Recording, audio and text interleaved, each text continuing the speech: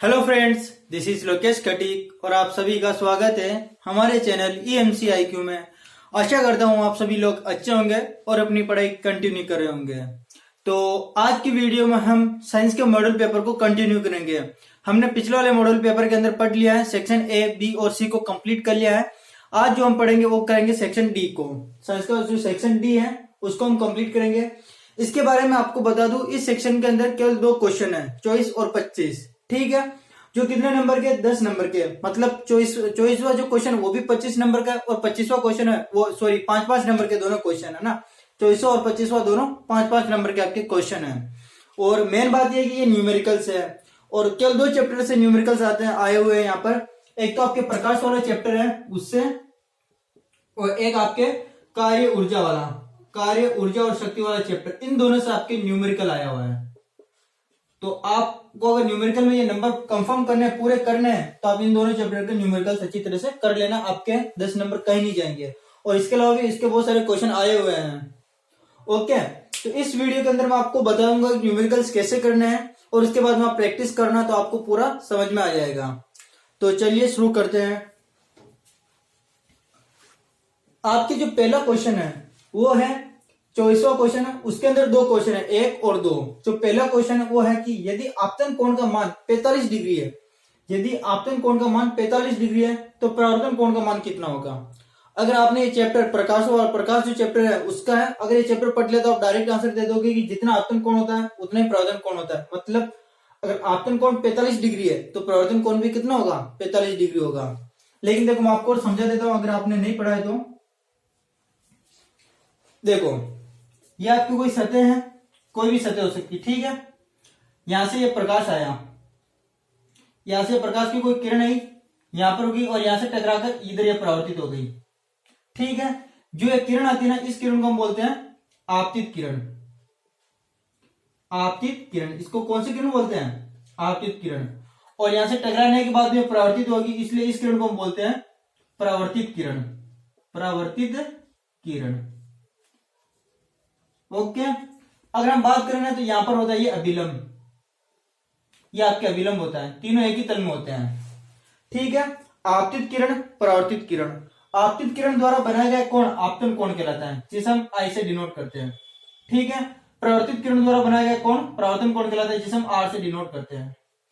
कोण आई यहाँ पर क्या है, कोण आई आपतन कोण है, कोण आर आपके क्या है, परावर्तन कोण है। कोण आई बराबर आपके आपतन कोण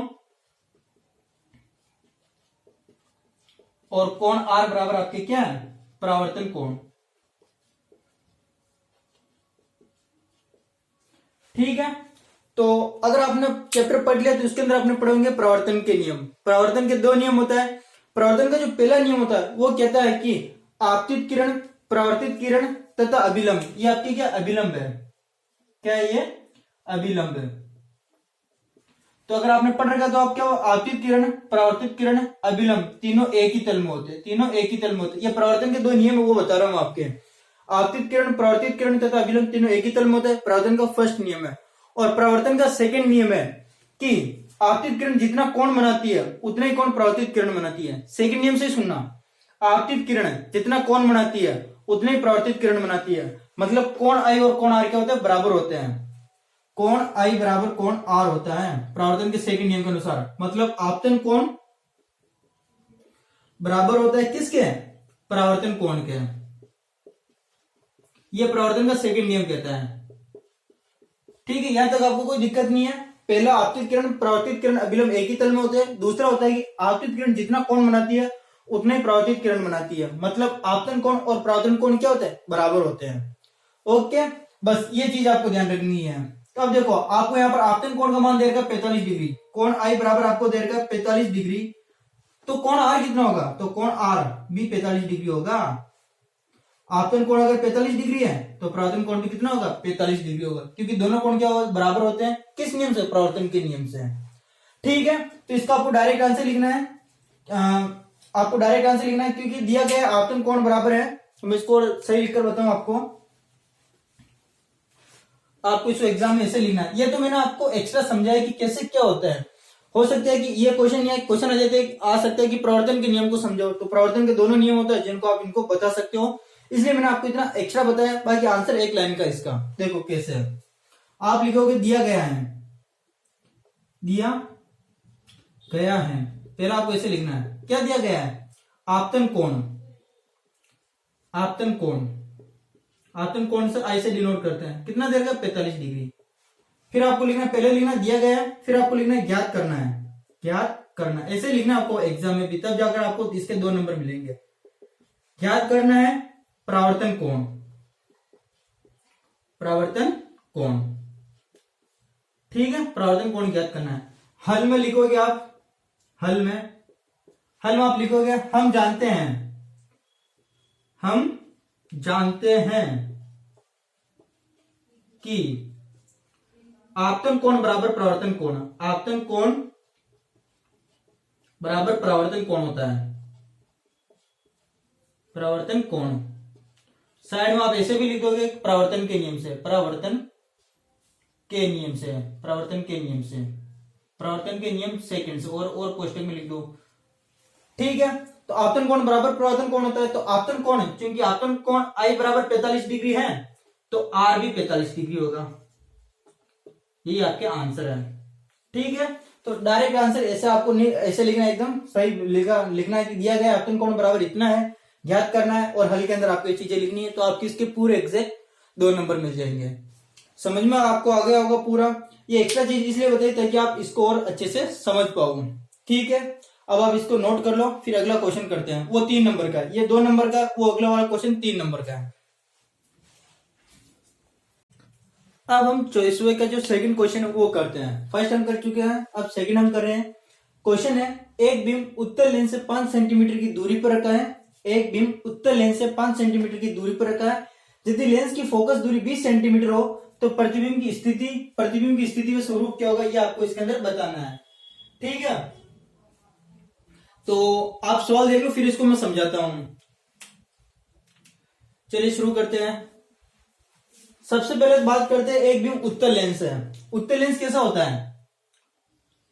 इस तरह से उत्तल लेंस होता है। इस तरह से क्या होता है? उत्तल लेंस होता है, ध्यान रखना। उत्तल लेंस क्या होता है? बीच में से मोटा होता है और किनारों से क्या होता है? पतले होते हैं। बीच में से मोटे, किनारों से पतले होते हैं। अगर आप बोलो तो अवतल लेंस क्या होता है? अवतल लेंस इस तरह से होते हैं। अवतल लेंस क्या होता है? बीच में से तो पतले होते हैं, बीच में से पतले होते हैं, किनारों से क्या होते हैं? मोटे होते हैं। देखो, किनारों से तो मोटे, बीच में से पतले, ये अवतल लेंस है। कौन सा? अवतल लेंस। देखो सवाल समझा दूंगा, लेकिन इससे पहले आपको कुछ चीजें समझनी है जो इस पर आप अच्छी तरह समझो। और ये आपके उत्तल लेंस है, ठीक है। उत्तल लेंस बीच में से मोटे होते हैं, किनारों से पतले होते हैं। लेकिन अवतल लेंस उल्टे होते हैं, बीच में से तो पतले होते हैं, किनारों से क्या होते हैं? मोटे होते हैं। अभी हमारे क्या सवाल है? उत्तल लेंस क्या है, तो हम इसको मिटा देते हैं, अवतल लेंस को, ठीक है। उत्तल लेंस है।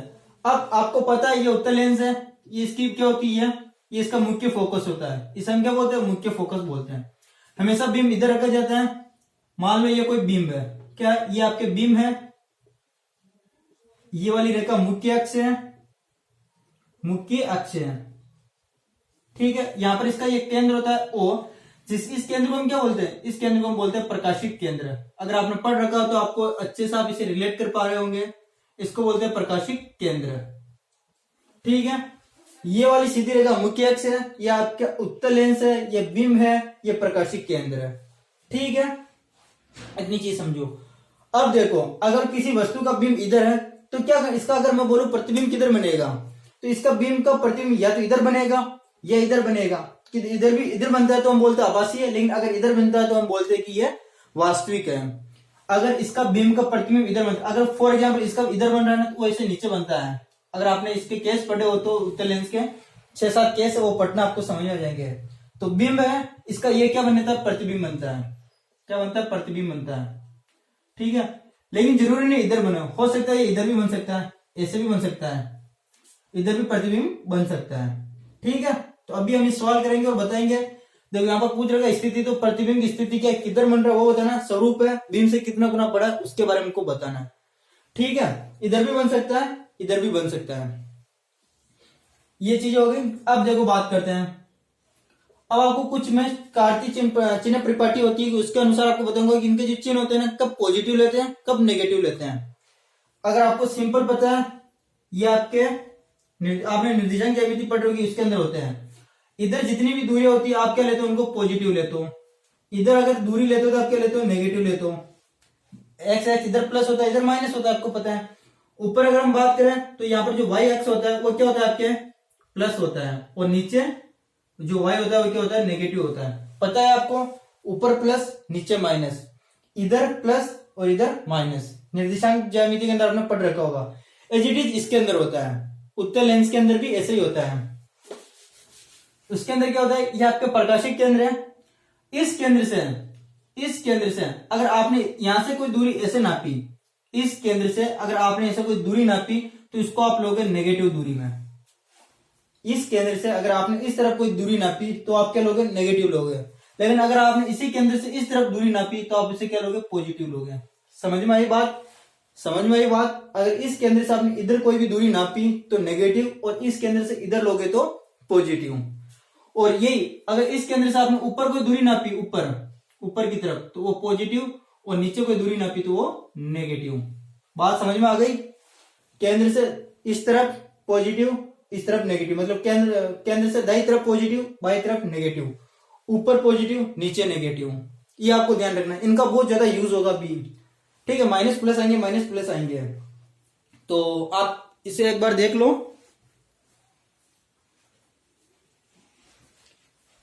ठीक है, समझ में आ गया आपको।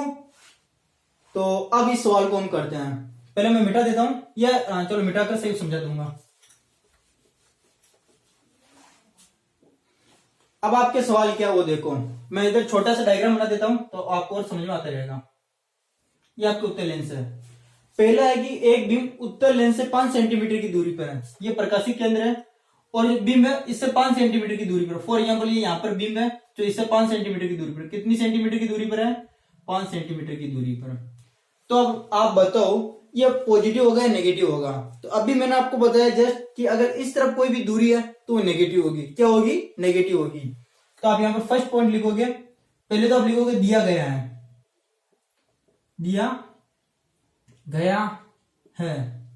क्या दिया गया आपको, बिंब की दूरी, बिंब दूरी।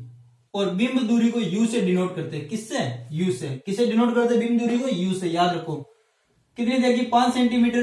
लेकिन आपको पता है इधर दूरी यहां से इधर आ रहे हैं तो ये -5 सेंटीमीटर, क्योंकि दूरी इधर नाप रहे हैं। इधर से हम नापेंगे क्योंकि ये प्रकाशिक केंद्र, यहां से आप ये दूरी नापोगे इस तरफ, तो ये क्या होगा, अगर इस तरफ चल रहा है बाई तरफ तो नेगेटिव होगा। फिर देगा यदि लेंस की फोकस दूरी 20 सेंटीमीटर हो। फोकस दूरी, फोकस दूरी, फोकस दूरी को किससे डिनोट करते हैं, एफ से। वो दे रही आपको 20 सेंटीमीटर। अब एक बार आप बात ध्यान रखो, उत्तल लेंस की फोकस दूरी हमेशा पॉजिटिव होती है। क्या होती है, उत्तल लेंस की फोकस दूरी हमेशा पॉजिटिव होती है, क्योंकि उत्तल लेंस की जो फोकस दूरी है वो इधर नापी जाती है। यहाँ पर इसका फोकस होता है इधर। इधर जो भी दूरी नापी जाएंगी अपन, वो किस में नापी जाएंगी, प्लस में नापी जाएगी। फोकस क्या होता है, इसका इधर होता है। तो फोकस दूरी उत्तल लेंस की हमेशा क्या होती है, पॉजिटिव होती है। बस ये आप ध्यान रखना। मैं लिख देता हूं, उत्तल लेंस की फोकस दूरी, उत्तल लेंस की फोकस दूरी हमेशा, उत्तल लेंस की फोकस दूरी हमेशा धनात्मक होती है। उत्तल लेंस की फोकस दूरी हमेशा धनात्मक होती है। ठीक है, बस ये आपको ध्यान रखना है। फिर हम क्या करते हैं, फिर आपको क्या दे रखा है, अब आपको कुछ नहीं दे रखा है, आपको ज्ञात करना प्रतिबिंब की स्थिति। प्रतिबिंब की स्थिति मतलब प्रतिबिंब की दूरी, ठीक है, और स्वरूप ज्ञात करना है। तो आप लिखो ज्ञात करना है, ज्ञात करना है, ज्ञात करना। उसके अंदर आपको क्या लिखना है, सबसे पहले प्रतिबिंब की स्थिति, प्रतिबिंब स्थिति, और प्रतिबिंब की स्थिति को आप डिनोट करते हो V से।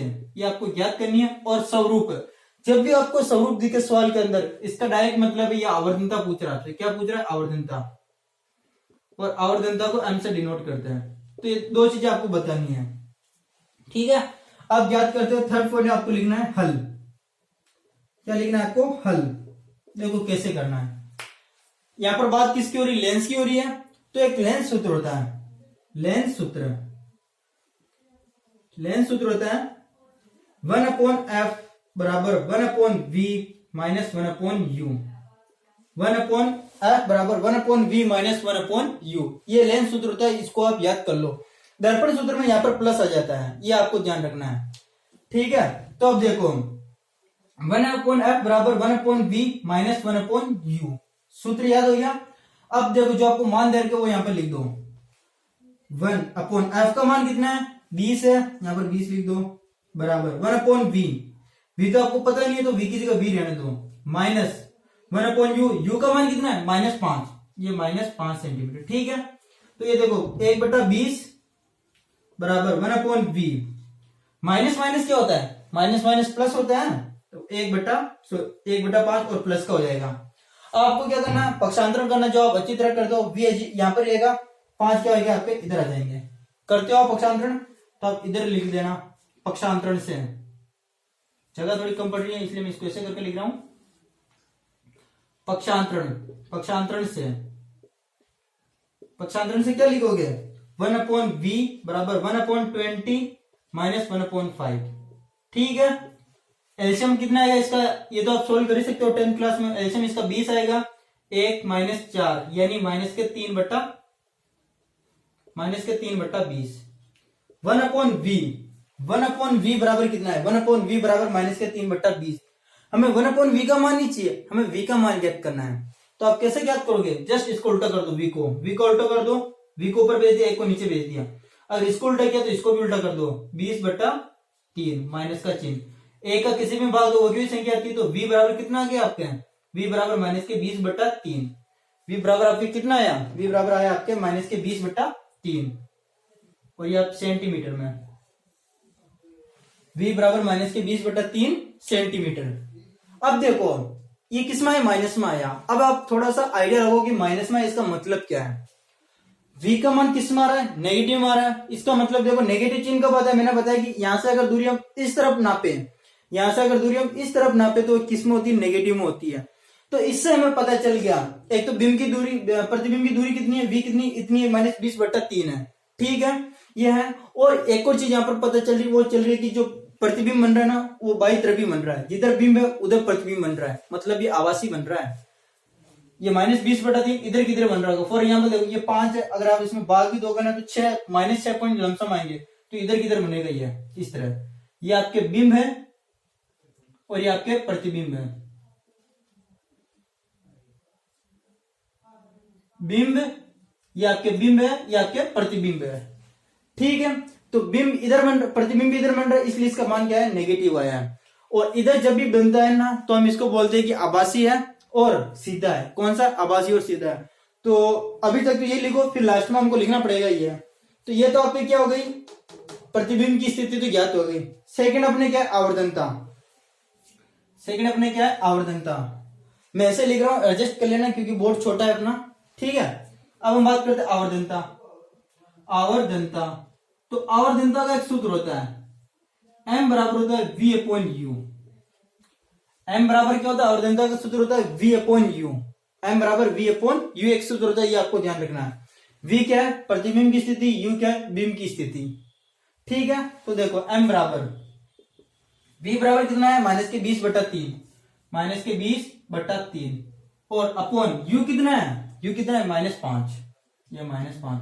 तो देखो माइनस से तो माइनस कट जाएगा, इसको आप सोल्व कर लो, ये 5 इधर चले जाएंगे, 3 × 5, इसको आप और काटोगे तो m बराबर 5 × 20 4/3, ये आएगा आपके 4/3। देखो 5 × 20 4 बार कटेगा, इसमें आप भाग दोगे तो लगभग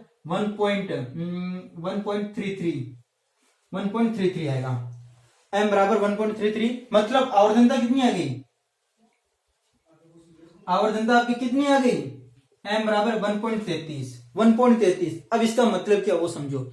इसका मतलब है कि जो प्रतिबिंब बना ना आपका, ये प्रतिबिंब बना ना, ये बिंब का 1.33 गुना बड़ा बना है, मतलब प्रतिबिंब का इतना गुना, ये 1.33 गुना, ठीक है। तो अब आपको क्या समझना है, प्रतिबिंब की स्थिति और स्वरूप में आपको क्या लिखना है, आपको लिखना है कि, अब आपको लिखना है, ये दोनों ज्ञात होने के बाद में आपको लिखना है कि प्रतिबिंब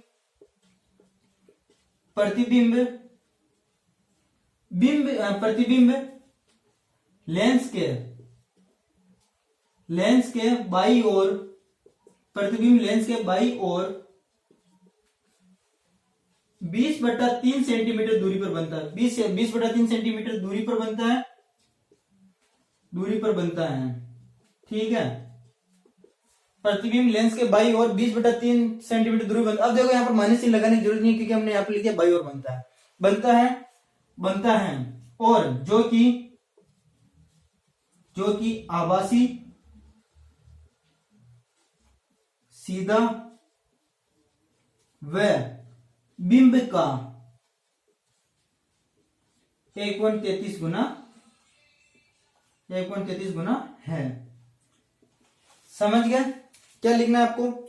बाई और बनता है 20.3 सेंटीमीटर दूरी पर, जो कि अगर इधर बन रहा है ना इस साइड में, तो आपको लिखना, लेंस के अंदर बात कर रहा हूं, ये कौन सा होगा? आभासी होगा और सीधा होगा, और थर्ड 1.33 गुना बड़ा होगा। आवर्धनता से ज्ञात कर ली। तो आपको सवाल समझ में आ गया पूरा? एकदम मैंने आपको समझा दिया कैसे प्लस माइनस लेते हैं और फिर पूरा सवाल किया आपको। आई होप करता हूँ कि ये सवाल समझ में आ गया होगा। अगर ये समझ में आ गया तो आपको बहुत बड़ी चीज समझ में आ गई, क्योंकि अगर सवाल आते हैं ना ज्यादातर तो उत्तर लेंस से आते हैं, अवतल लेंस से नहीं आते हैं। तो एक बार वापिस समझा देता हूँ, फिर आप नोट कर लेना इसको। क्या दिया गया है? बीम की दूरी दे रखी है। बीम हमेशा इस तरफ होता है, इसलिए हमने इसको -5 सेंटीमीटर लिया। सेकंड, फोकस दूरी, उत्तल लेंस की फोकस दूरी हमेशा पॉजिटिव होती है 20 सेंटीमीटर, क्योंकि इसकी जो भी किरणें जाती है ना, ये नियम है कि जो किरणें मुख्य अक्ष के समांतर जाती है वो फोकस पर मिलती है, और इसका जो फोकस होता है ना वो इधर होता है। तो आपको दूरी के इधर से नापनी होगी, ठीक है। इधर दूरी जो होती है पॉजिटिव होती है, इसलिए यहाँ पर 20 सेंटीमीटर। फिर हमें ज्ञात करना प्रतिबिंब की स्थिति और आवर्धनता। स्वरूप का मतलब होता है आवर्धनता ज्ञात करनी है। फिर मैंने आपको एक सूत्र बताया, लेंस सूत्र 1/f बराबर 1/v माइनस 1/u। डायरेक्ट जो आपको मान दे देगा उसको पुट करो, पक्षांतरण करो, ये तो आप ज्यादा कर लोगे। यहां पर ध्यान रखना, मैंने इसको उलट दिया। क्या कर दिया? v को ऊपर 1 को नीचे कर दिया, तो इसको भी उलटना पड़ेगा। और एक का कोई नीचे मतलब नहीं होता, क्योंकि वही संख्या आती है। तो v बराबर माइनस के 20/3 आया, 20/3 आया, माइनस क्या है तो हम कहेंगे कि ये किधर बन रहा है? इधर बन रहा है, क्योंकि इधर ही तो माइनस में होती दूरी है। इधर बनती तो अपन पॉजिटिव लेता है। अगर फॉर एग्जाम्पल ये क्या था 20/3 आता, तो मैं क्या कहता? प्रतिबिंब इधर ना बनकर इधर बनता, और इधर बनता मतलब नीचे बनता। तो हम लिखते हैं, हम तब क्या लिखते हैं? तब वो वास्तविक और उल्टा बनेगा, लेकिन ऐसा नहीं हुआ, इसलिए हमने लिखा यहाँ पर आभासी बना, सीधा बना। फिर यहाँ से हमने क्या कर ली? आवर्धनता ज्ञात कर ली v/u सूत्र से। तो 1/33 आया, ठीक है। तो अब आप इसको नोट कर लो, और मुझे पूरा विश्वास है आपको समझ में आ गया होगा। अब हम ऑप्शन वाले सवाल कर रहे हैं। जो चॉइसवा था उसके अंदर हमने फर्स्ट और सेकंड कर लिया। अब उसके ऑप्शन के अंदर जो सवाल दे रहेगा ना वो कर रहे हैं। तो चॉइसवा का जो पहला सवाल है वो है कि एक लेंस की क्षमता +4 डायोप्टर है, तो इसकी फोकस दूरी क्या होगी? लेंस की क्षमता दे रखी है, 4 डायोप्टर दे रखी है, तो इसकी फोकस दूरी क्या होगी हमको बताना है। तो देखो, लेंस शक्ति का मैंने मतलब एक सवाल भी है फर्स्ट सेक्शन के अंदर, ए सेक्शन के अंदर, वो मैंने आपको बता दिया, तो आप उसको देख लेना। इसको डायरेक्ट अगर मैं बताऊं तो अगर लेंस क्षमता बोलो, लेंस शक्ति बोलो, इसका मतलब होता है कि लेंस के द्वारा जो प्रकाश किरणें आती है ना उनको फोकस करना या उनको फैलाना, या तो एक बिंदु पर फोकस करना या बहुत ज्यादा उनको फैलाना, ये होती है उसकी शक्ति कितनी होती है। तो इसके अंदर आपको ज्यादा कुछ ध्यान नहीं रखना है। एक सूत्र होता है लेंस क्षमता का, लेंस क्षमता बराबर, लेंस क्षमता को P से डिनोट करते हैं। P बराबर होता है 1/f। P लेंस क्षमता होती है और F यहाँ पर आपकी क्या होती है? फोकस दूरी। क्या होती है आपके? फोकस दूरी, ठीक है, 1/f। बस आपको ध्यान रखना है कि क्षमता का मात्रक डायोप्टर तभी होता है, सुनना, क्षमता का मात्रक डायोप्टर तभी होता है जब फोकस दूरी किस में हो? मीटर में हो। फोकस दूरी किस में हो? मीटर में हो। तो आपको क्या ज्ञात करनी है? इसकी फोकस दूरी ज्ञात करनी है। P आपको दे रखा है, तो देखो P बराबर 1/f दे रखा है। F क्या हो जाएगा? पक्षांतरण कर दो, F को इधर भेज दो, P को इसके नीचे भेज दो, F बराबर 1/p, ठीक है। तो F बराबर 1/p का मान कितना है? 4 दे रखा है, तो 4 का इसके अंदर भाग दे दो तो कितना आएगा? 0.25 मीटर। फोकस दूरी हमेशा मीटर में होगी, तभी इसका मात्रक डायोप्टर में होगा। तो फोकस दूरी कितनी है? F बराबर 0.25 मीटर। F मतलब ये मीटर है ना। तो आपके सिंपल सवाल था, मैंने इस पर आपको इसलिए ज्यादा नहीं समझाया क्योंकि मैंने सेक्शन 1 के अंदर इसको समझा रखा है, ठीक है। सिंपल से सूत्र था P बराबर 1/f। F को पक्षांतरण से इधर कर दिया, P को इसके नीचे कर दिया, मान रखा, और ये आगे F की दूरी, फोकस दूरी आ गई आपके 0.25 मीटर। तो फोकस दूरी 0.25 मीटर, ध्यान रखना मीटर में आएगी। क्यों आएगी? क्योंकि डायोप्टर तभी होता है जब मात्रक, फोकस दूरी का मात्रक मीटर में होता है। ओके, तो आप इसको नोट कर लो, फिर हम एक और सवाल है इसमें वो करते हैं।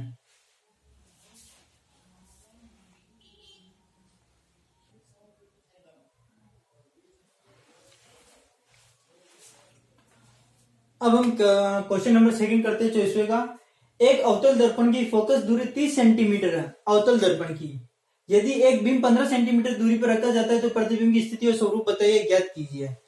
पिछले वाले सवाल के अंदर हमने क्या बोला था, उत्तल लेंस बोला था, उत्तल लेंस। अब इसके अंदर देखो अवतल दर्पण है, ठीक है। तो अगर मैं आपको बताऊं कि सवाल किससे आते हैं तो या तो उत्तल लेंस के सवाल आएंगे या अवतल दर्पण के सवाल आएंगे। ये आप ध्यान रखना, या तो उत्तल लेंस या अवतल दर्पण, इनको आप अच्छी तरह से पढ़ लेना। देखो इसको मैं करने से पहले अवतल दर्पण उत्तल दर्पण क्या होता है उनको समझा देता हूँ, उनमें कैसे चिन्ह परिपाटी यूज करते हैं वो बता देता हूँ, फिर इस सवाल को करते तो आपको इजीली ये समझ में आ जाएगा। देखो ये क्या होता है, जैसे ये कोई वक्र है ना, कोई वक्र है, अगर इसके इस भाग को हम काट दें, इस भाग को हम कोई काट दें तो ये क्या बन जाता है, दर्पण बन जाता है। लेकिन इसके क्या होनी चाहिए, दोनों में से एक तरफ पॉलिश होनी चाहिए। फॉर एग्जाम्पल अगर ये इधर बाहर पॉलिश कर दी, किसी भी रंग की पॉलिश कर दी, बाहर की तरफ पॉलिश करें तो हम इसको बोलते हैं अवतल दर्पण। क्या बोलते हैं, अवतल दर्पण बोलते हैं। और अगर ये पॉलिश हम अंदर की तरफ करते हैं, फॉर एग्जाम्पल इस तरह से अगर हम अंदर की तरफ इसके पॉलिश कर दें, इसे हम बोलते हैं उत्तल दर्पण। क्या बोलते हैं हम, उत्तल दर्पण। अवतल दर्पण और उत्तल दर्पण इसको बोलते हैं, ठीक है। अब देखो इसको आप समझो, जैसे उत्तल लेंस के अंदर मैंने मुख्य अक्ष बताया ना, फॉर एग्जाम्पल इसके अंदर भी मुख्य अक्ष होती है। ये आपकी क्या मुख्य अक्ष है, क्या है मुख्य अक्ष। अब देखो आपको उत्तल लेंस से कोई काम, उत्तल दर्पण से कोई काम नहीं, तो मैं इसको मिटा रहा हूं। अवतल दर्पण आपके अभी काम का है, इसको हम क्या बोलते हैं, मुख्य अक्ष बोलते हैं। इसका जो ये केंद्र होता है ना, ये इसको हम बोलते हैं ध्रुव। क्या बोलते हैं हम, ध्रुव।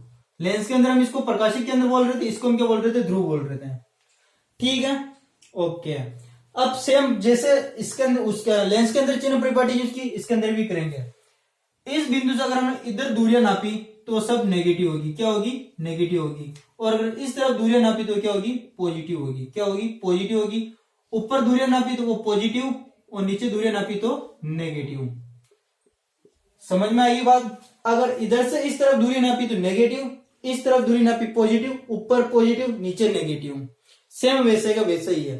बस इसके अंदर ध्यान क्या रखना है आपको, इसके अंदर आपको ध्यान रखना है कि यहां पर अगर कोई बिंब रखा है ना, तो अगर कोई किरण, नियम है कि अगर कोई किरण, ये आपकी ये तो मुख्य अक्ष है ना, अगर कोई किरण मुख्य अक्ष के समांतर आती है, ऐसे ये मुख्य अक्ष के समांतर है, यहां से टकराई तो परावर्तन के पश्चात फोकस से गुजरती, ये बिंदु क्या होगा, आपके फोकस होगा।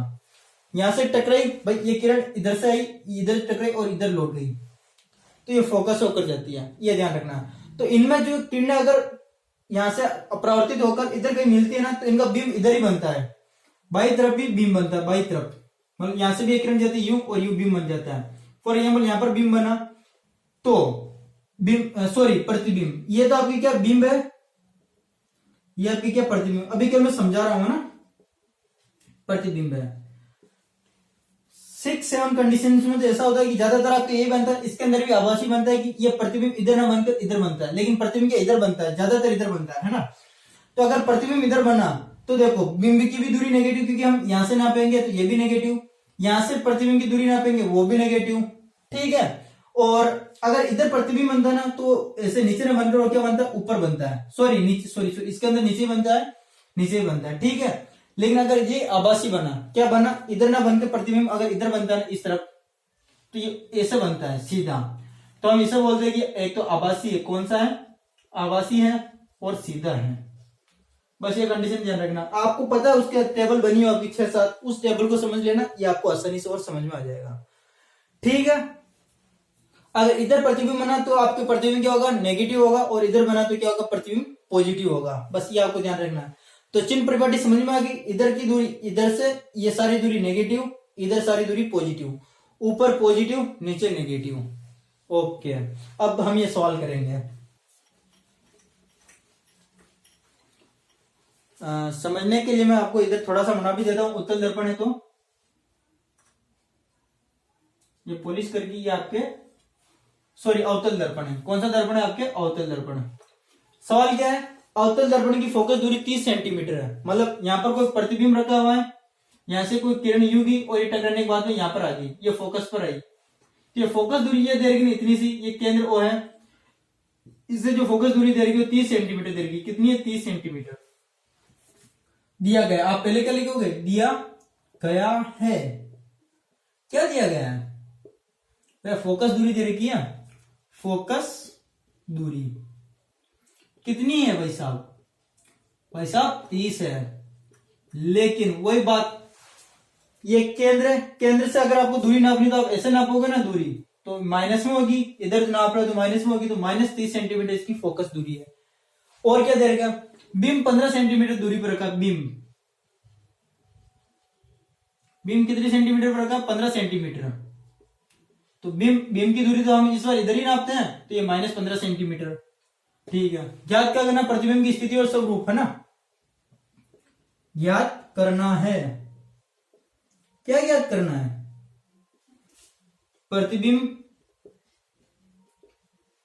प्रतिबिंब स्थिति, चलो इसको फोकस दूरी को एफ से, बिंब की दूरी को u से और प्रतिबिंब की स्थिति को v से, और आवर्धनता, स्वरूप का मतलब आवर्धनता, ये आपको ज्ञात करनी है। वही अब हम लिखेंगे हल। क्या सूत्र है, इसको सोल्व करने के लिए आपके पास में एक सूत्र है, जैसे हमने लेंस का सूत्र पढ़ा ना, वैसे एक और सूत्र है दर्पण सूत्र। कौन सा सूत्र, दर्पण सूत्र। पढ़ तो रखा ही आपने दर्पण सूत्र, नहीं पढ़ रखा तो अभी देख लो दर्पण सूत्र क्या होता है। थोड़ा सा चेंज, बस थोड़ा सा चेंज, लेंस है 1/f बराबर 1/v minus plus 1/u, 1/f बराबर 1/v प्लस 1/u, ये किसका सूत्र, दर्पण सूत्र है। लेंस के अंदर तो यहाँ पर क्या था, माइनस था, लेकिन सूत्र दर्पण के अंदर आपके यहाँ पर क्या है, प्लस है। समझ गए, बस थोड़ा सा चेंज था, ये आपको ध्यान रखना है। ओके, अब कुछ नहीं करना, जो मान आपको दे रखा पुटअप करते जाओ, आंसर लाते जाओ। देखो 1/f f कितना है, -30 बराबर 1/v तो आपको ज्ञात करना है, प्लस 1/v, v कितना है -15। तो आपको ज्यादा लोड नहीं लेना है, पहले तो इसको और सोल्व कर लो। ये -1/30 बराबर 1/v और -1/15, प्लस माइनस माइनस ही होता है। अब इसको इधर भेज दो, v इधर ही रह जाएगा, तो 1/v बराबर, ये इधर आएगा 15, इधर आएगा तो प्लस के हो जाएंगे, तो 1/15 तो प्लस के, और ये आपके माइनस के चल रहे हैं ना, ये आपके किसके चल रहे हैं, माइनस के 1/30। एल्शियम कितना आएंगे, एल्शियम 30 आएगा, ये 15 के पावर में 2, इसको तो आप सोल्व करने ना, बताने की जरूरत ही नहीं है। तो 1/30 है 1/v, तो v बराबर कितना आ गया, जस्ट पलट दो तो v बराबर 30 सेंटीमीटर। भाई ये बताने की जरूरत थोड़ी, ये किससे होगा, ये एल्शियम तो आप ले सकते हो। इसमें क्या करना, उलटना है इसको, v को ऊपर ले जाओ, v ऊपर चला जाएगा, एक नीचे आ जाएगा, तो v के अंदर एक का भाग देंगे, v आएगा, ये 30 ऊपर चले जाएगा, एक नीचे आ जाएगा, तो 30 ही आएगा। ये तो आप कर सकते हो नॉर्मल मैथमेटिक्स से। तो v बराबर कितना है, 30 सेंटीमीटर है। भाई साहब देखो v बराबर कितना है, 30 सेंटीमीटर। सबसे पहले तो देखो प्लस के अंदर, किसके अंदर, प्लस के अंदर। प्लस के अंदर का मतलब इधर से इस साइड में बन रहा है, इधर से इस साइड के अंदर कहीं ना कहीं बन रहा है। मतलब क्या भाई साहब, ये इधर बन रहा है, इसका मतलब एक तो ये क्या है, आभासी है, और क्या है, और ये सीधा बनेगा, आभासी और सीधा बनेगा। इससे हम ये पता चल गया। अब इसकी आवर्धनता बात कर लेते हैं कि बीम से छोटा है बड़ा, उसके बारे में बात करते हैं। ठीक है, तो अब हम याद करते हैं आवर्धनता। इसमें भी थोड़ा सा चेंज है, m बराबर -v/u। सूत्र क्या होता है आवर्धनता का, m बराबर -v/u। उसके अंदर क्या था, v/u, इसके अंदर सूत्र के अंदर -v/u होता है। ये आपको थोड़ा सा ध्यान रखना है, थोड़ा कंफ्यूजन होगा, बस ध्यान रखना, हो जाएगा। ठीक है, -v/u। देखो अब आपको जो मान दे रहे लिखो, तो m बराबर माइनस तो ही ऑलरेडी, v का मान कितना है, v 30 सेंटीमीटर, और u का मान कितना है, u -15 सेंटीमीटर। ठीक है, तो ये आपके माइनस, ये माइनस, माइनस से माइनस कट गया, तो m बराबर कितना आया, 15 दूनी 30, 2 सेंटीमीटर, 15 बराबर m बराबर 2 आया, m बराबर आपकी कितना आया, 2 आया। तो v बराबर 30 सेंटीमीटर, m बराबर 2, m का इसका आवर्धनता कोई मात्रक नहीं होता, क्योंकि ये सेंटीमीटर कट जाता है, तो m बराबर कितना आया, 2 आया। मतलब क्या हुआ, v का मतलब तो समझ गया कि ये इस तरफ बन रहा है, दाई तरफ बन रहा है, दर्पण के दाई तरफ बन रहा है, मतलब आभासी बन रहा है, सीधा बन रहा है। और बीम का कितना गुना बन रहा है, बीम का 2 गुना बन रहा है, बीम का 2 गुना बड़ा बन रहा है। ये चीज यहां पर लिखनी है। अतः प्रतिबिंब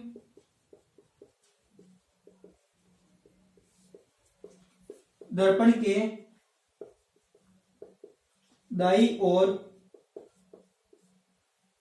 30 सेंटीमीटर दूरी पर बन रहा है,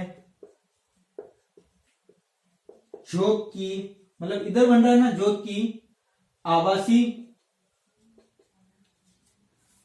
सीधा व बिंब का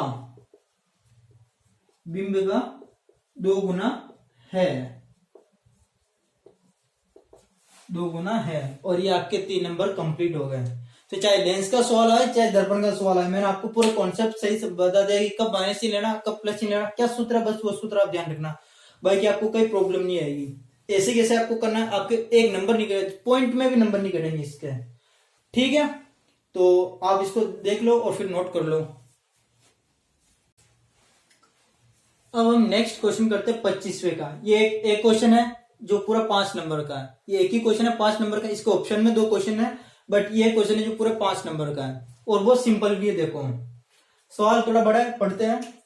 कमल और हरीश एक पहाड़ी पर चढ़ते हैं, ठीक सा, जिसकी ऊंचाई 15 मीटर है। पहाड़ी की ऊंचाई कितनी है, 15 मीटर है। कमल और हरीश दोनों का वजन 38 केजी, मतलब कमल का वेट भी 38 केजी है और हरीश का वेट भी 38 केजी, 38 किलो के दोनों ही है, ठीक है। कमल उस पहाड़ी के शीर्ष पर 19 सेकंड में पहुंच जाता है। जो कमल लड़का है वो 19 सेकंड में पहुंच जाता है पहाड़ी के शीर्ष, मतलब चोटी पर पहुंच जाता है उसकी। जबकि जो हरीश है ना वो इससे भी तेज है, 15 सेकंड में पहुंच जाता है।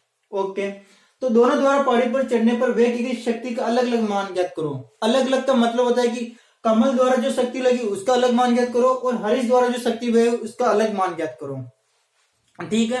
और यहाँ पर मैं क्वेश्चन में जी दे रखा, जी ध्रुवीय त्वरण होता है जिसका मान 10 मीटर पर सेकंड स्क्वायर होता है। ये तो नॉर्मल है ना, पता है आपको। तो देखो इसको करने से पहले मैं आपको समझा देता हूँ शक्ति के बारे में। देखो शक्ति क्या होती है, कार्य करने की देर को शक्ति कहते हैं। पहले वो लिख रहा हूँ, वो समझा देता हूँ, फिर उसको मिटाकर यह सवाल करेंगे अपन। शक्ति जिसे हम P से डिनोट करते हैं। शक्ति क्या होती है, कार्य करने की दर। कार्य करने की दर मतलब कार्य बटा समय, कार्य बटा समय, कार्य बटा समय को हम क्या बोलते हैं, शक्ति बोलते हैं। ये आपको ध्यान रखनी है। अगर आप बात करो ना, अगर आप बात करो तो कार्य का अगर हम बात करें, कार्य का सूत्र क्या होता है, कार्य का सूत्र होता है F बल इंटू बल की दिशा में विस्थापन, बल इंटू बल की दिशा में विस्थापन। और समय तो होता है सेकेंड T, समय तो क्या होता है T होता है। कार्य का सूत्र होता है बल इंटू बल की दिशा में विस्थापन, बल इंटू बल की दिशा में विस्थापन। इतना सा ध्यान रखना है, ठीक है। ये नॉर्मल सा सूत्र होता है। लेकिन अगर आपको अब यहाँ पर विस्थापन क्या होता है, दूरी होती है, लेकिन हमको यहाँ पर क्या दे रखी, ऊंचाई दे रखी है। जब भी ऊंचाई दे रखी हो, ऊंचाई दे रखी तो गुरुत्वीय त्वरण लगता है, तो ये चेंज हो जाता है। देखो F बराबर होता है mg, बल बराबर क्या होता है, F का मतलब बल, F का मतलब क्या होता है बल, ये क्या होता है m इंटू जी। m का मतलब द्रव्यमान और g का मतलब गुरुत्वीय त्वरण। तो F की जगह पर तो आप लिखो mg, क्या लिखो mg। और इस s को चेंज कर दो, अगर ऊंचाई दे रखी है तो h से है, s को चेंज कर दो आप h से है, तो ये h अपॉन t, ठीक है। तो शक्ति बराबर क्या होता है, कार्य बटा समय, कार्य मात्रा F into S upon T, क्योंकि आप ऊंचाई दे रखी तो सूत्र mgh अपॉन टी लग जाएगा। और शक्ति का मात्रक मैंने आपको बता रखा है, शक्ति का जो मात्रक होता है वो होता है वाट। क्या होता है, वाट। 1 वाट, 2 वाट, 10 वाट, 20 वाट, जो भी आप बोलो वो होता है इसका मात्रक, शक्ति का मात्रक होता है वाट। तो सूत्र समझ में आ गया शक्ति का, mgh अपॉन टी। इसी सूत्र का प्रयोग हम इस सवाल के अंदर करने वाले हैं, ठीक है। तो इसको मैं मिटा दूं और फिर हम ये सवाल करते हैं, ओके। तो देखो पहले हम बात करते हैं कमल की क्या शक्ति है उसके बारे में बात कर लेते, और फिर हम बात करते हैं हरीश की। तो देखो मैं यहां पर लिख रहा हूं, कमल द्वारा व्यय की गई या खर्च की गई शक्ति, चलो ठीक है, ये ज्ञात करते हैं। तो हमारा सूत्र आपने पढ़ा, सूत्र अभी क्या पढ़ा, P बराबर mgh अपॉन टी। ये चीज अपन को चाहिए। हम यहाँ पर द्रव्यमान, तो सबसे पहले हम क्या दे रखे हैं, ऊंचाई दे रखी है, ऊंचाई। क्या दे रखी है आपको? ऊंचाई। ऊंचाई होती है h, जो आपको दे रखी कितनी? 15 मीटर। ठीक है। वजन दे रखा अपन को, वजन। वजन मतलब कमल का वजन, कमल का वजन। वजन को हम डिनोट करते हैं एम से, वो आपको दे रखी 38 केजी। कितना? 38 केजी। गुरुत्वीय त्वरण जी दे रखा है आपको 10 मीटर पर सेकेंड स्क्वायर। और क्या दे रखा है? समय दे रखा है इसका, समय। क्या दे रखा है? समय। टी बराबर, कमल कितना समय लेता है? कमल उस पहाड़ी के शीर्ष पर पहुंचने पर 19 सेकेंड लेता है। कितना? 19 सेकेंड। कितना लेता है? 19 सेकेंड। तो देखो इस सूत्र में हमें ज्ञात करना है शक्ति के लिए सारे मान आ गए, तो हम लिखेंगे शक्ति बराबर, शक्ति बराबर P बराबर mgh अपॉन T। ठीक है, P बराबर mgh अपॉन T। अब देखो बस मान रखते जो आपके आंसर आते जाएंगे। m का मान कितना है? 38, g का मान 10 और h का मान कितना है? 15 बटा t का मान कितना? 19। t का मान कितना है? 19 है। बस इसको सोल्व कर लो आप, तो 19 दूनी 38, आप इसको काटोगे 2, 15 दूनी 30, 30 यानी 300। तो आपके P बराबर आ जाएंगे, P बराबर आ जाएंगे 300 वाट। वाट को हम किससे डिनोट करते हैं? W से। तो P बराबर कितना आया? मैं यहां पर वो लिख रहा हूं, P बराबर आया आपके 300 वाट। P बराबर कितना है? 300 वाट। मतलब कमल द्वारा पहाड़ी पर की चोटी पर पहुंचने के लिए जो शक्ति व्यय की गई वो कितनी है? 300 वाट की शक्ति उसके द्वारा खर्च की गई है। कितनी? 300 वाट की शक्ति। तो ये तो कि कमल की। अब हम बात करते हैं हरीश की। हरीश की मैं यहाँ पर लाइन खींचकर बता देता हूं, सेम ऐसे ही करना है। ठीक है, ये इधर मैं ये लाइन खींचकर बता देता हूं। यहां पर ये तो है कमल भाई साहब, कमल, जिसका नाम कमल हो तो खुश हो गया होगा। अब बात करते हैं अपन हरीश, और ये हरीश भी भैया खुश है आज, तो नाम आ गया ना उसका भी। तो हरीश द्वारा वह की गई शक्ति, हरीश द्वारा। सेम एक ही चीज लिखना। ऊंचाई कितनी है? पहाड़ी की ऊंचाई किसकी? पहाड़ी की है ना, h कितनी है आपके? 15 मीटर। वजन कितना है हरीश का? हरीश का भी 38 केजी है, ये 38 केजी, और वजन 38 केजी। फिर क्या देगा? जी सब में सेम होता है, जी बराबर 10 मीटर पर सेकेंड स्क्वायर। मार्कर भी अब धीरे चलने लगे, इंक डालनी पड़ेगी इसके अंदर। और इसने कितना समय लिया, मेन ये है, बस थोड़ा सा मेजर चेंज यहाँ पर। इसने समय कितना लिया? तो इसने समय लिया आपके 15 सेकेंड। कितना? केवल 15 सेकेंड, उससे कम लिया, 4 सेकेंड कम।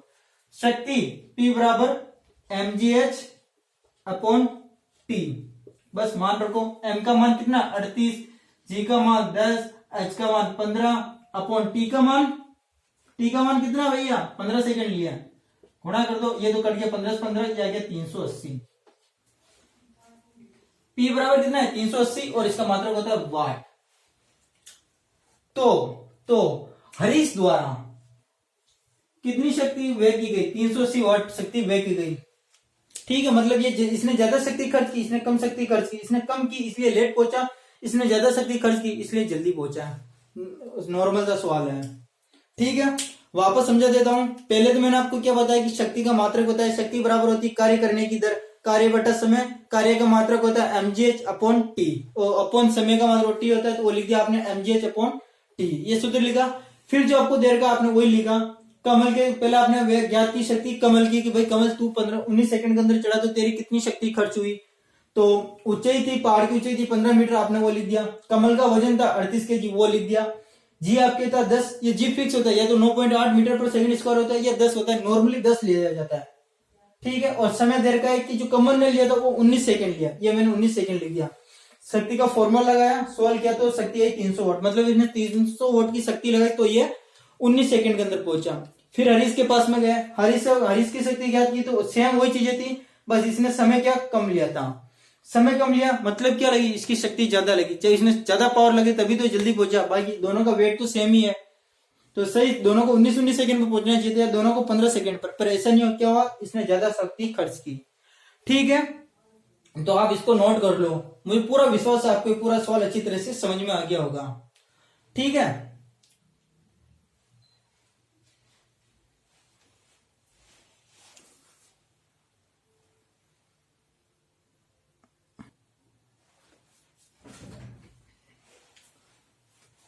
अब हम 25वें के जो ऑप्शन के अंदर जो क्वेश्चन है ना, ऑप्शन वाले क्वेश्चन वो कर रहे हैं। तो इसके अंदर दो क्वेश्चन है। फर्स्ट क्वेश्चन है कि 60 वोल्ट का एक बल्ब 6 घंटे प्रतिदिन जलाया जाता है, तो 30 दिन में कुल कितने विद्युत यूनिट का उपभोग होगा, मतलब कितनी वो ऊर्जा खर्च करेगा उसके बारे में हमको बताना है। ठीक है, तो यहाँ पर देखो 60 वोल्ट देगा और 6 घंटे प्रतिदिन जलाया जाता है, 6 घंटे। तो 30 दिन में हमको पूछा 30 दिन में कितने उसका यूनिट खर्च होगा। तो यहाँ पर एक टर्म लिखी हुई यूनिट है। क्या लिखा हुआ यहाँ पर? यूनिट के बारे में लिखा हुआ है। तो आपको पता है, अगर आपने मीटर देखा होगा तो उसके अंदर देखना अंक लिखे और उसके पीछे KWH लिखा होता है, उसके पीछे यू नहीं लिखा होता है। उसके पीछे कभी भी ऐसे यू नहीं लिखा। फॉर एग्जाम्पल आपके 23 है, 32 कुछ भी है, तो यहाँ पर KWH लिखा होता है। KWH का मतलब होता है, इसका मतलब होता है किलोवाट और इसका मतलब होता है घंटा, किलोवाट घंटा, ऐसे लिखा होता है। और KWH को ही एक KW का मतलब होता है एक यूनिट। एक यूनिट क्या होता है? एक यूनिट। मतलब आपको यूनिट के अंदर इसको ज्ञात करना, मतलब जो आपको ये निकालनी ऊर्जा कितनी खर्च वो किलोवाट घंटा के अंदर निकालनी, किलोवाट घंटा के अंदर, हावर के अंदर इसको आपको निकालनी है। ठीक है, एक यूनिट बराबर क्या होता है ये आपको ध्यान रखना। एक यूनिट बराबर होता है किलोवाट घंटा। आप आपके मीटर को चेक कर लेना, मीटर को चेक करोगे तो उसके अंदर जो अंक लिखे उसके बाद में KWH लिखा होता है, मतलब किलोवाट घंटा। लेकिन आप जब देखते हो ना, जो आपके आता है बिल, उसके अंदर यूनिट लिखे आते हैं। तो एक वो यूनिट का मतलब ये हो गया कि वो KWH लिखा हुआ है। ठीक है, तो आपको बस इतने से ध्यान रखना है, एक यूनिट बराबर एक KWH होता है। अब देखो हमें यहाँ पर क्या दे रखा है? शक्ति दे रखी है। वो 6 वॉट का मतलब क्या दे रखी? शक्ति दे रखी। शक्ति मतलब T कितना दे रखा है? 60 वॉट। देखो हमें किस यहाँ पर लिख देता हूं, एक यूनिट बराबर 1 किलोवाट घंटा, ये होती है। मतलब हमें जो वोट चाहिए ना वो किसके अंदर चाहिए? हमें वोट चाहिए किलो के अंदर। यहाँ पर हमें किसके अंदर दे रखा है? यहाँ पर हमें दे रखा है किसके अंदर? वोट के अंदर दे रखा। तो एक वोट को किलो के अंदर बदलने के लिए आप क्या करोगे? नॉर्मल 1000 का भाग दे दोगे। तो आप इसके अंदर अगर 1000 का भाग देते हो, ये 1000 का, तो ये बन जाता है किलो वॉट। कोई प्रॉब्लम यहाँ तक नहीं है। वॉट से आपने इसको किस में चेंज कर दिया? किलो वॉट में। ठीक है, फिर देखो 6 घंटे प्रतिदिन जलाए जाते हैं। कितने? 6 घंटे। हमें कितने दिन का निकालना? ये एक दिन के बता रहा है कि एक दिन 6 घंटे चलते हैं, तो 30 दिन में कितने चलेगा? तो समय T बराबर, भैया एक दिन में 6 घंटे चलता है, हमको तो 30 दिन में ज्ञात करना, तो इसको 30 से गुणा करा दो। भाई एक दिन में 6 घंटा चलता है, एक दिन में 6 घंटा चलता है, तो 30 दिन में कितना चलेगा? 30 दिन में कितना चलेगा? इसको गुणा करा दो। ठीक है, आपको क्या करना है? इसको गुणा कराना है। तो अब बस आपको नॉर्मल सूत्र का यूज करना है, वो मैं आपको बता देता हूं। देखो अब आपको क्या ज्ञात करना? ऊर्जा।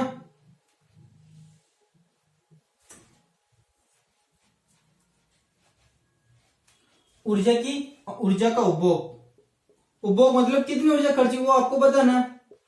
तो आपको सिंपल लिखना है, किलोवाट का मतलब वॉट इंटू इसका मतलब हावर यानी घंटा, समय, P इंटू टी कर दो। P का मान कितना आया? 60/1000 इंटू इसको मल्टीप्लाई करा दो 6 इंटू 30। बस अब आपको इसको नॉर्मल गुणा कराना है। 1 0 से 1 0, 1 0 से 1 0 कट गया।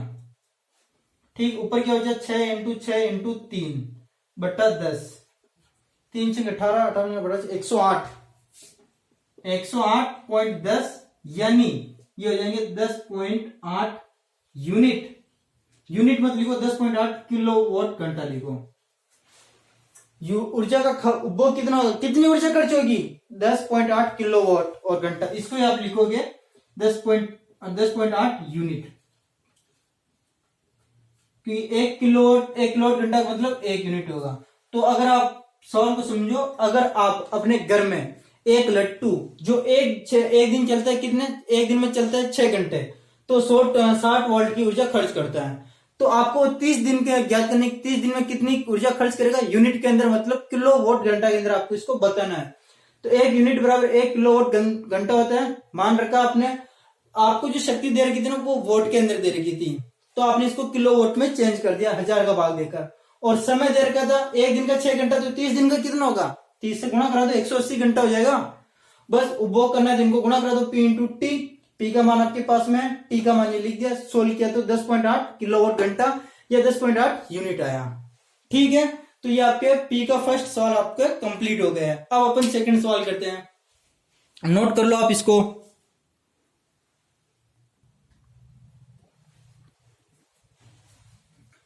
अब हम 25वें का जो सेकंड क्वेश्चन है वो करते हैं, और इसके बाद में हमारा जो न्यूमेरिकल वाला पोर्शन है सेक्शन डी वो पूरा कंप्लीट हो जाएगा 10 नंबर का। ठीक है, तो सवाल बहुत सिंपल सा है, आप भी खुद कर सकते हो इसको। सवाल है, एक मशीन से 30 केजी की वस्तु को, एक मशीन से 30 केजी की जो वस्तु है उसको 10 मीटर की ऊंचाई पे ले जाया जा सकता है। 30 जो आपके वस्तु है 30 केजी की, उसको 10 मीटर की ऊंचाई पर ले जाया जा सकता है मशीन से। तो मशीन द्वारा किया गया कार्य कितना होगा, कार्य ज्ञात करना है। अभी मैंने आपको एक सूत्र बताया था पिछले वाले सवाल के अंदर। देखो, कार्य बराबर क्या होता है, कार्य को W से डिनोट करते हैं। कार्य बराबर होता है बल इंटू बल की दिशा में विस्थापन, और मैं आपको डिटेल में बता रहा हूं, बल इंटू बल की दिशा में विस्थापन। बल को हम डिनोट करते हैं F से, और इसको हम डिनोट करते हैं विस्थापन को S से। S को हम डिनोट करते हैं S से, इसको ऐसे लिखते हैं S से। ठीक है, अगर F बराबर होता है mg, और अगर हमें कभी भी ऊंचाई दे रखी हो ना तो हम ये सूत्र यूज नहीं करते हैं, अगर हमें ऊंचाई दे रखी तो हम यूज करते हैं ये वाला सूत्र, और S को हम चेंज कर देते हैं H में। तो W बराबर क्या होगा, mgh। तो मशीन द्वारा किया गया कार्य, ये सूत्र है। देखो, दिया गया है क्या, दिया गया है m बराबर 30 केजी, m बराबर कितना दे रखा 30 केजी, h बराबर 10 मीटर, और g बताने की जरूरत है क्या, 10 मीटर पर सेकंड स्क्वायर। तो हल में आप क्या लिखोगे, अच्छा एक और चीज रहेगी, ज्ञात करना है। वैसे तो उस पिछले वाले सवाल के अंदर भी की थी मैंने, की नहीं में, आप कर लेना। ज्ञात करना है W कार्य। हल के अंदर आप क्या लिखोगे, हल के अंदर आपको लिखना है W बराबर mgh, नॉर्मल से सूत्र। m कितना है 30, g कितना है 10, इंटू h कितना है, h कितना भाई 10। ये तो सिंपल सा है, 3000। और कार्य का मात्रा क्या होता है, कार्य का मात्रा होता है जूल। तो कार्य का मात्रा क्या हो गया, जूल हो गया। इसको ऐसे भी लिख सकते हो, इसको आप ऐसे भी लिख सकते हो, W बराबर 3.0 इंटू 10⁴। ये और ये एक ही चीज है, भले आप यहां तक कर लो सही है, बट जो बुक्स के अंदर ऐसा बता रखा है इसलिए मैं इसको कर रहा हूं W बराबर जूल। 3.0 इंटू 10⁴ जूल, ये इसका एग्जैक्ट मान है। अगर आपने ये कर लिया तो आपके नंबर फिक्स है, और कुछ नहीं करना है। सिंपल सा था सूत्र, W बराबर mgh, m का मान पता है, g का मान पता है, h का मान पता है, तो बस आंसर आगे अपने ये है। तो आप इसको नोट कर लो पहले, फिर मैं आपको कुछ बताता हूं। ठीक है, नोट कर लेना आप इसको पॉज करके। तो देखो, अगर आपने देखा हो ना तो ये सवाल किस चैप्टर से है, केवल 2 चैप्टर से, एक तो प्रकाश वाले से और एक कार्य ऊर्जा वाले से। तो अगर आप इन दोनों चैप्टर के न्यूमेरिकल जो पक्के कर लेते हो, इन दोनों चैप्टर के न्यूमेरिकल के पक्के कर लेते हो, तो आपके 10 नंबर तो वैसे ही आ रहे हैं, 10 नंबर। और अगर आपने देखा होगा तो इनके जो हमने क्वेश्चन किए थे वो हमने ऑप्शन वाले में भी किए थे और 2-2 नंबर वाले में भी किए थे। अगर आप इन दोनों को कर लेते हो ना तो मैं बता रहा हूं इन दोनों चैप्टर से आपके 15 नंबर कहीं नहीं गए, 15 नंबर आपके इन दोनों चैप्टर से कहीं नहीं गए। अगर आप इनको आराम से पढ़ लो, इजिली पढ़ो, न्यूमेरिकल्स कर लो, तो आपके 15 नंबर कहीं नहीं गए, दोनों चैप्टर से। ठीक है, तो अभी तो आप इन दोनों चैप्टर को अच्छे से करो। जब ये हमारा पूरा साइंस का मॉडल पेपर कंप्लीट हो जाएगा तो लास्ट की वीडियो के अंदर मैं बताऊंगा कि आपको कौन सा चैप्टर पढ़ना है, कितने नंबर का है और उसको कैसे पढ़ना है, पूरा आपको मैं उसकी रणनीति बताऊंगा। तो अभी तक तो आपके लिए यही है, अगली वीडियो में मिलते हैं, सेक्शन को आगे कंप्लीट कर लेंगे। हो सकता है कि इसके बाद में 2 वीडियो और आए जिसके अंदर इसको कंप्लीट कर लें। ठीक है, तो आपको एक काम करना है कि ये वीडियो शेयर करना है 10th क्लास के स्टूडेंट को, ताकि उनको भी पता चले कि कैसे क्या करना है। ठीक है, तो इतनी से आप हेल्प करना, और अगर आपको वीडियो पसंद आई हो तो वीडियो को लाइक करना, कमेंट करना और शेयर करना बिल्कुल मत भूलना। Thank you so much.